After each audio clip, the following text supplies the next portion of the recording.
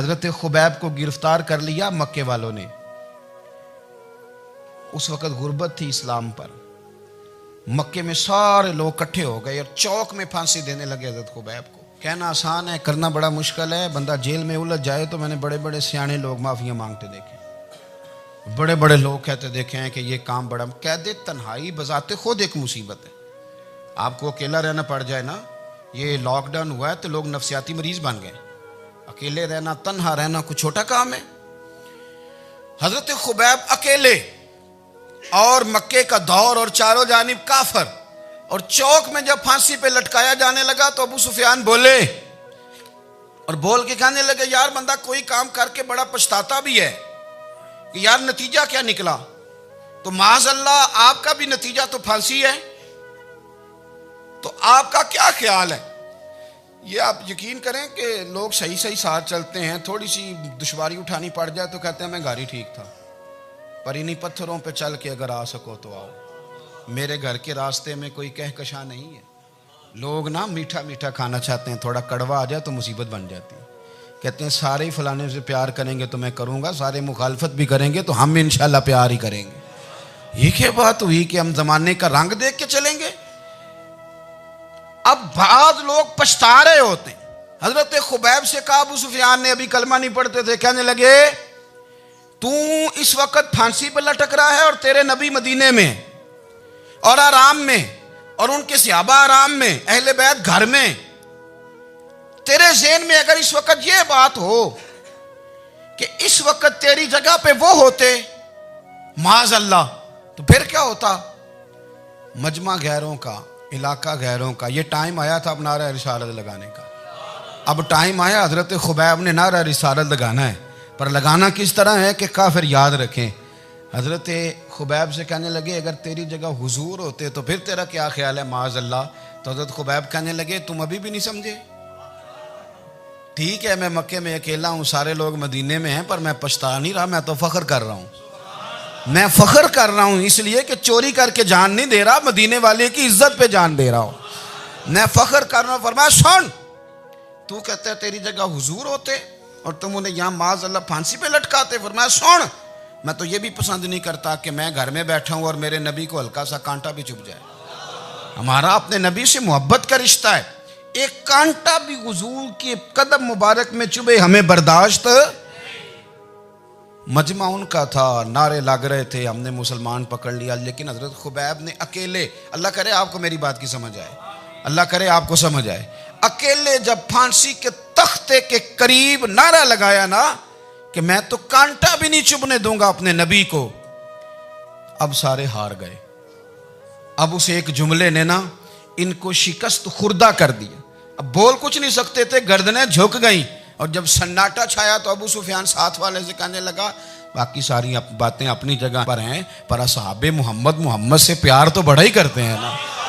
और वो कच्चा रंग ललारी वाला जेड़ा चढ़दा ते लैंदा रहिंदा, ए इश्क तेरे दा रंग मुहम्मद चढ़ जाए फेर नहीं लैंदा। कहा यार प्यार तो ये करते हैं ना, इसमें कुछ शक वाली बात। इस प्यार से काफिर डरता है।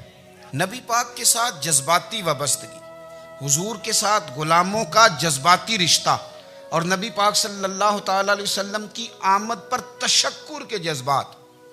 इमाम राजी ने लिखा है कि हज़रत मूसा कलीमुल्लाह अलैहिस्सलाम ने तौरात की तख्तियों के अंदर एक उम्मत का जिक्र पढ़ा कि जो उम्मत गुनाह का इरादा करेगी तो गुनाह लिखा नहीं जाएगा जब तक कर न ले, और नेकी का इरादा करेगी तो रब उनकी नेकी लिख देगा, और जब वो कर लेगी तो अल्लाह 10 गुना अजर अता करेगा। और वो ऐसी उम्मत होगी कि जिनके चेहरे क़यामत के दिन नूर की तरह चमकेंगे, और वो उम्मत होगी जिनकी अल्लाह ताला ज़मीन सारी पाक फरमा देगा, जहाँ नमाज पढ़ेंगे नमाज हो जाएगी। ये तज़किरे पढ़ के तो हज़रत मूसा कलीम अर्ज़ करने लगे अल्लाह ये उम्मत मेरी बना दे। तो रब करीम ने फरमाया कि मूसा नहीं, ये तो मेरे महबूब की उम्मत है। फरमाया ये तो मेरे नबी पाक की उम्मत, हुजूर की उम्मत। अल्लाह अकबर। हज़रत मूसा मामूली आदमी नहीं, वो जलीलुल कद्र पैगम्बर हैं जिनका कुरान के हर सिपारे में तज़किरा है, कहीं वाज़े तौर पे, कहीं इशारतन, हर पारे में। और हज़रत मूसा अल्लाह के वो नबी हैं जो रब से डायरेक्ट बातें करें कोहे तूर। कहा ए मूसा ये उम्मत तो मेरे नबी की है। तो हज़रत मूसा अलैहिस्सलाम अर्ज़ करते हैं, इमाम राजी ने लिखा है, कहते हैं अल्लाह फिर मुझे अपनी नबी की उम्मत में शामिल कर। ओ यार, हमें लोग कहते हैं मिलाद ना मनाओ। जिस उम्मत में आने के लिए हज़रत मूसा ने दुआ मांगी, जिस महबूब की गुलामी के लिए, हमें तो दुआ भी कोई नहीं मांगनी पड़ी। अल्लाह ने फजल से ही मदीने वाले का गुलाम बना दिया। तो हम हुजूर के तज़किरे ना करें, हम तशक्कुर ना करें, हम नबी पाक सल्लल्लाहु अलैहि वसल्लम की नात ना पढ़ें, हम हुजूर के आने पर जश्न का इजहार ना करें। हर वो जायज़ तरीका जिससे इजहार खुशी हो सके वो मिलाद पे करना चाहिए, और उसके लिए असबाब बनाने चाहिए। उम्मत का एक जज्बाती अंदाज होना चाहिए नबी पाक के साथ, एक वारफ्तगी, एक ज़ौक़, एक तबीयत के अंदर विजदान। नारा मतलब इस तरह ना हो कि बस चल रहा है काम, मैं नहीं हूँ कायल। मैं कहता हूँ पहले तो कोई लगाए ना, और फिर नारा जब लगता था ना तो मुसलमानों के यहाँ नारा लगता था तो बड़े बड़े लोग कांप जाते थे। सूफिया ने लिखा है कि हज़रत उमर ने जब कलमा पढ़ा ना तो 39 बंदे कलमा पढ़ते थे। तो नबी पाक ने रात को दुआ मांगी, ऐ अल्लाह उमर को मुसलमान करके इस्लाम को इज़्ज़त दे। हज़रत उमर सवेरे आ गए। मुझमें वो तफसील में नहीं जाता, बात लंबी। हज़रत उमर जब आए ना, और उन्होंने आते जब कहा ना कि मैं कलमा पढ़ने आया हूँ, तो हुजूर इतने राज़ी हुए कि नबी पाक ने कहा अल्लाहु अकबर। तो सहाबा ने नारे लगाए अल्लाहु अकबर, अल्लाहु अकबर। यानी 40 लोग मुसलमान हुए तो नारे लगे, नारे लगे। हमारे सूफिया कहते हैं हज़रत उमर के आने पर जब नारे लगे तो बताओ कि वो तो नारे तकबीर लगा, नारा रिसालत क्यों नहीं लगा? तो कहते हैं गोया हमें हुजूर ने ये समझाया है, हुजूर के इशारों ने समझाया है कि मैं अब अपने नारे खुद तो नहीं ना लगाऊंगा, मैंने तो अल्लाहु अकबर कह दिया, उमर आ गया है, मेरे नारे लगाता रहेगा। नारे लगेंगे। हज़रत उमर ने पहले दिन ही कहा कि हुजूर आप सच्चे रसूल हैं तो छुप छुप के नमाज क्यों पढ़ें? शुरू हो गए नारे, हुजूर आप सच्चे हैं तो छुप छुप के नमाज का क्या माना हो? तो हुजूर ने फरमाया तेरा क्या इरादा है? हुजूर सारे नहीं, एक मैं, एक अमीर हमजा, एक लाइन के आगे वो लग जाए, एक के आगे मैं लग जाऊं, और बाकी मुसलमान जितने हैं कुल 40 थे, पीछे 18 19 बचेंगे। तो एक लाइन में वो हो जाए, एक में आगे, एक में अमीर हमजा हो, एक में मैं हूं, तो देख लेते हैं ये हमें नमाज कैसे नहीं पढ़ने देते। हाँ हाँ देख लेते हैं, आए ना मैदान में, इधर आ सितमगर हुनर आजमाए, तो तीर आजमा हम जिगर आजमाए, और गुलामाने मोहम्मद जान देने से नहीं डरते, ये सर कट जाए यहाँ रह जाए कुछ परवाह नहीं करते। फरमाया भी पता चल जाता है ना, एक लाइन में हज़रत अमीर हमजा हो गए, एक में हज़रत उमर हो गए। पहले ये मारते थे जो हरम शरीफ में मुसलमानों के तरीके पे नमाज पढ़ता था, ये जुलूसों की बड़ी बरकत है। अंदर बैठे रहे ना चुप करके, निकल जाएं तो पता कुछ भी नहीं चलता। जब निकलते हैं ना लोग कहते हैं जुलूस क्या माना है, तो मैं बताता हूँ ना जुलूस का माना क्या है। हज़रत उमर ने बाहर निकले, 2 लाइनों का जुलूस, लंबा भी कोई नहीं, बंदे भी 40, और जनाब फारूक आजम बाहर निकले तो उमर का नारा, उमर का। हजरत उमर ने यूं करके आस्तीने बाजू की चढ़ा ली, और अपने गले में जो उनके रुमाल था ना उसको यूं सीने पे बांधा, और इस हाथ में तलवार थी तो यूं करके बाहर लहराई। कहने लगे ओ मक्के के काफिरो इधर आओ मेरे सामने। जिसने अपनी बीवी बेवा करानी हो, जिसने बच्चे यतीम कराने हो, वो आए मैदान में। मुस्तफ़ा के गुलाम आज सड़कों पे निकल आए मैदान में, हमारे सामने हमारा मुकाबला करे। आए ना मैदान में, हम निकले हैं। अब हम यहाँ काबे में एलानिया नमाज पढ़ेंगे, हम पढ़ेंगे। ताकत है तो आओ ना, हमारा मुकाबला करो, आओ। कुफर बजाते खुद बहुत बड़ा झूठ है, और झूठ के पैर बस 2 बंदे निकले तलवारें लेके आगे आगे। तो फिर हज़रत उमर ने एलानिया नमाज पढ़वाई खाना काबा। तो मेरे भाई रसूलुल्लाह सल्लल्लाहु अलैहि वसल्लम के गुलाम तो जब नारा लगाते थे तो हो ही कमाल जाता था। फिर बरेली के इमाम बोले, कहने लगे पेश हक मुजदा शफात का सुनाते जाएं। हुजूर क़यामत के दिन आगे आगे ना, हमारे आगे आगे खुशखबरी देंगे, कहेंगे तुम फिक्र ना करो, आ जाओ मैं तुम्हें बख्शवाता हूँ, मैं तुम्हारी सिफारिश, आ जाओ पीछे पीछे। हुजूर न पेश हक मुजदा शफात का सुनाते जाएंगे। यकीन करें बरेली के इमाम को भी बड़ा ही रंग आता है बयान करने का। कहने लगे आप रोते जाएंगे, अल्लाह को मनाना है ना हुजूर ने। कहते हैं पेश हक मुजदा शफात का सुनाते जाएंगे, आप रोते जाएंगे, पर हमको हंसाते जाएंगे। बागे जन्नत में मुहम्मद मुस्कुराते जाएंगे, फूल रहमत के गिरेंगे, हम उठाते जाएंगे, और हश्र में होगा हमारा दाखिला इस शान से, हम या रसूल अल्लाह का नारा लगाते जाएं। हम या रसूल अल्लाह का नारा। इमाम राजी कहते हैं हुजूर ने एक रुक्का पकड़ा छोटा सा, एक बंदे को लोग दोजख में लेके जा रहे हैं। अच्छा मुझे एक बात बताओ, फैसला पहले हो गया है, अल्लाह के सामने हुआ है और फैसला हो गया और तय हो गया कि दोजख में जाना है। वो करीब पहुंच गए दोजख के, तो हुजूर ने देख लिया और बताया किसने? हजरत आदम ने। हजरत आदम कहने लगे हुजूर वो आपके गुलाम को दोजख में ले जा रहे हैं। नबी पाक आगे गए, क्या पढ़ते हैं हमारे भाई? हुजूर ने मुझे उनसे छुड़ा के छोड़ दिया। नबी पाक सल्लल्लाहु अलैहि वसल्लम आगे गए, फरमाया इधर आओ, कहाँ लेके जा रहे हो? अल्लाह के सामने फैसला हुआ है ना, फरिश्तों ने किया है ना।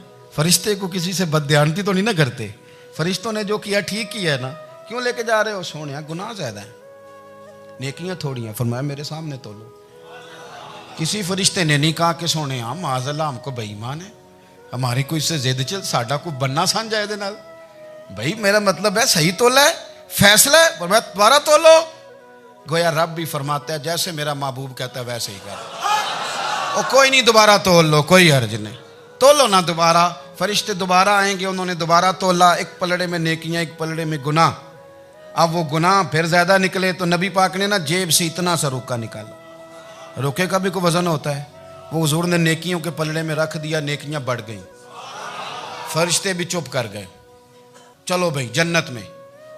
मेरी तरह का था ना, पता सारा है सरदार ने की थी, पता तो था ना उसे, मन आनम के मन दानम। तो सीधा हुजूर के कदमों से जा लगा, कहने लगा सोने मैं तो सारी जिंदगी गुनाह करता रहा, ये कौन सी नेकी है? तो हुजूर फरमाने लगे चुप कर, जन्नत का दरवाजा खोल गया, तू जा जन्नत में। हुजूर रुके में क्या है? फरमाया तूने एक दिन दरूद सलाम नहीं पढ़ा था, मैंने तेरा संभाल के रखा हुआ तेरा दरूद शरीफ, वो नारे रिसालत भी तूने लगाए थे, वो तू खोल के मेरे तज़किरे मैंने तेरा संभाल लिया। दोज़ख में मैं तो क्या मेरा साया ना जाए, क्योंकि रसूल पाक से देखा ना जाए। मेरे रसूल पाक सर। और मेरी बात सुनो, मैं भी आपको खाना नहीं खिलाता, लंगर मेरे संगी खिलाते हैं, मेरे दोस्त आपको खाना पेश करते हैं। हर जगह आप जाते हैं तो वहाँ कुछ लोगों की ड्यूटी होती है, लेकिन तिरमिज़ी शरीफ सियासता की हदीस है। हज़रत अनस ने पूछा था हुजूर क़यामत में कहाँ मिलेंगे? फरमाया हौज़े कौसर पे। हुजूर वहाँ अनस पानी पिलाएंगे कि बिलाल पिलाएंगे कि सुहेब पिलाएंगे? फरमाया नहीं, उम्मत प्यासी आएगी तो मैं अपने दस्ते मुबारक से पानी पिलाऊं। हुजूर वहाँ ना मिले तो फरमाया पुल सिरात पे आना, उम्मत गुजरेगी तो मैं रब्बे सल्लिम की दुआएं करूँगा। तो आला हज़रत फरमाते हैं जब हुजूर दुआ कर रहे हैं तो डरने की ज़रूरत क्या है? खुदा की रज़ा चाहते हैं दो आलम, खुदा चाहता है रज़ाए मोहम्मद, रज़ा अब पुल से वज्द करते गुजरी कि है रब्बे सल्लिम दुआए मोहम्मद सल्लल्लाहु। तो हुजूर वहाँ मुलाकात ना हुई तो फिर इस हदीस को भी ये हदीस मजबूत कर देगी। हुजूर फरमाने लगे फिर मिज़ान अमल पे आ जाना, उम्मत के अमल तोल रहे होंगे और मैं कामयाबी की दुआएं मांग रहा हूँगा। तो जिसके लिए हुजूर दुआ मांगेंगे नाकाम होगा, नाकाम होगा। अपने बच्चों को हुजूर की मोहब्बत सिखाएं, नबी पाक सल्लल्लाहु अलैहि वसल्लम की ग़ुलामी करें। आपका रिश्ता नबी पाक के साथ मजबूत होना चाहिए, आपके ताल्लुकात हुजूर के साथ मजबूत होने चाहिए। और आपने दाएं बाएं नहीं देखना कि प्रोपेगेंडा क्या है, लोग क्या कह रहे हैं। लोगों को देख के जो लोग रास्ता बनाते हैं वो पीछे रह जाते हैं। आपने ये देखना है कि मेरा हुजूर से निस्बत का ताल्लुक मजबूत है, कोई किधर जा रहा है इससे हमें कोई ताल्लुक।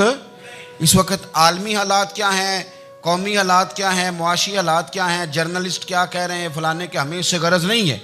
हमें तो इतना पता है कि हमने अपने नबी को राज़ी करना है। तो इसलिए खूबसूरत महाफिल का जिक्र करें, खूबसूरत दुरूद शरीफ पढ़ें।